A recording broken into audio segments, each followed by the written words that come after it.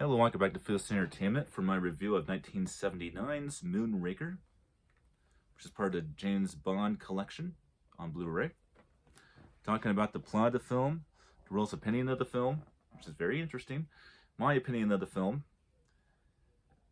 talk about the Blu-ray quality on audio and video, and give the film a ranking. Agent 007 blasts into orbit in this action-packed adventure that takes him to Venice, Rio, in outer space. When Bond investigates the hijacking of an American space shuttle, he and a beautiful CIA agent, Holly Goodhead, are soon locked in a life or death struggle against Hugo Drex and a power-mad industrialist whose horrific scheme may destroy all human life on Earth.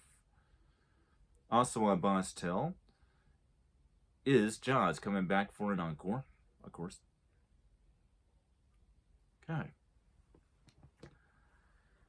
The room's opinion of Moonraker. People think that this is the goofy Roger Moore James Bond film, the one that's very unrealistic, and the one that's completely, well, let's put it this way.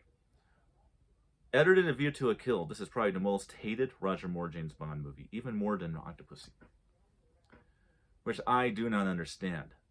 Not going into my opinion. Now, to finish the world's opinion. They think this is very unrealistic, as I talked about in the last review for The Spy Who Loved Me. I say this one's more realistic than The Spy Who Loved Me is. And I did explain my reasons then. If you want to see my reasons for that comparison, go to the previous video. We're talking about Moonraker now. I don't see it. There's a lot more comedy in this one, I would say. A lot more hokiness and campiness in this one than there is in the previous one. But the way that it is used is very undertoned. To give you a little bit of an idea about that, there's this very annoying character in the Live and Let Die in Mandago Golden Kun called Sheriff J.W. Pepper, which is a very annoying character. He just has way too much screen time than he should be given. That drags the movie down and makes it ridiculous at times. And you actually have to act like doesn't even exist in the film to actually look at everything else in the movie. When it comes down to Moonraker on their end,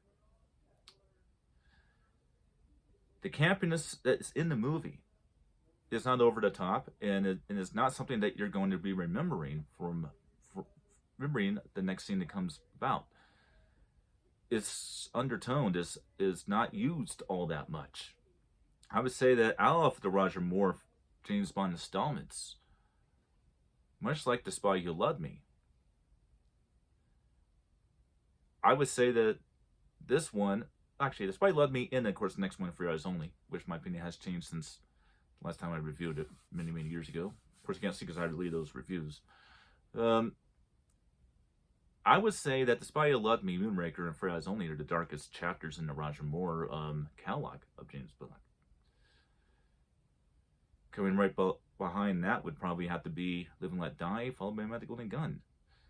And out of them, I would say that it's very much a competition between Moonraker and For Your Eyes Only, which one's the darkest Roger Moore movie.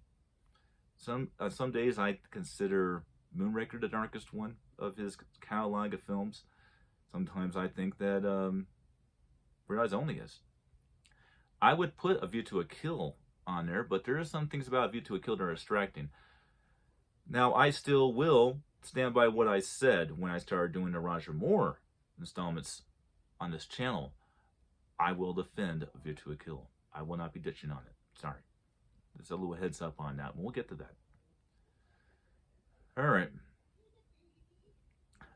I just really like Moonraker. Moonraker is a great James Bond movie.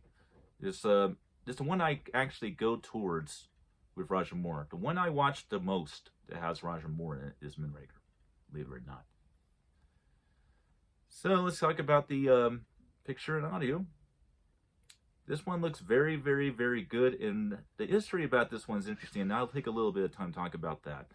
The VHS prints of this movie were always very well pixelated and very fuzzy looking compared to all of the other James Bond films before it.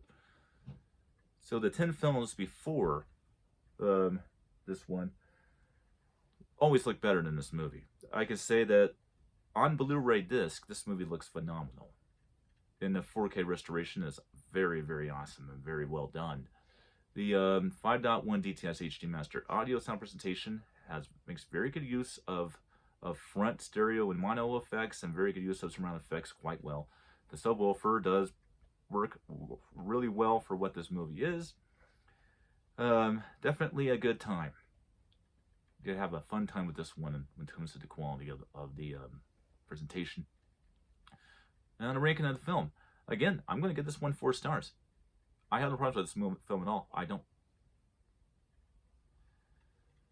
And that's all I got to do is say about that. And that's my review of Moonraker. I hope you enjoyed. And I will see you guys next time.